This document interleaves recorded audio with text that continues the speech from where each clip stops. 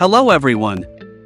Today, I'll show you how a dispute is raised in a WordPress Freelancer Marketplace plugin. Using an out-of-the-box solution, the Freelancer Marketplace Plugin. Disputes are raised in case of problems between the customer and freelancer that cannot be solved alone and needed some help from the site admins.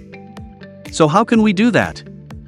In case the customer has issues with the freelancer, she can easily go to the project page, Dispute, and click on Open Dispute.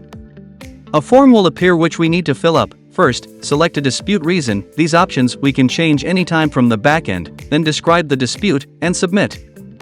Very quick and easy.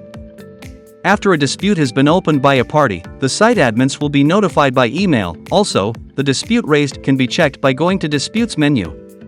Here, all open disputes will be listed down, and the site admins can step in to contact the parties involved by email.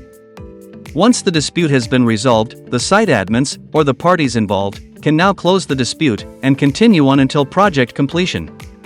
There you have it. Now you know how to open and resolve disputes in a WordPress Freelancer Marketplace. If you want to learn more, just watch our other videos, or visit our website at www.pluginsandsnippets.com. Thank you.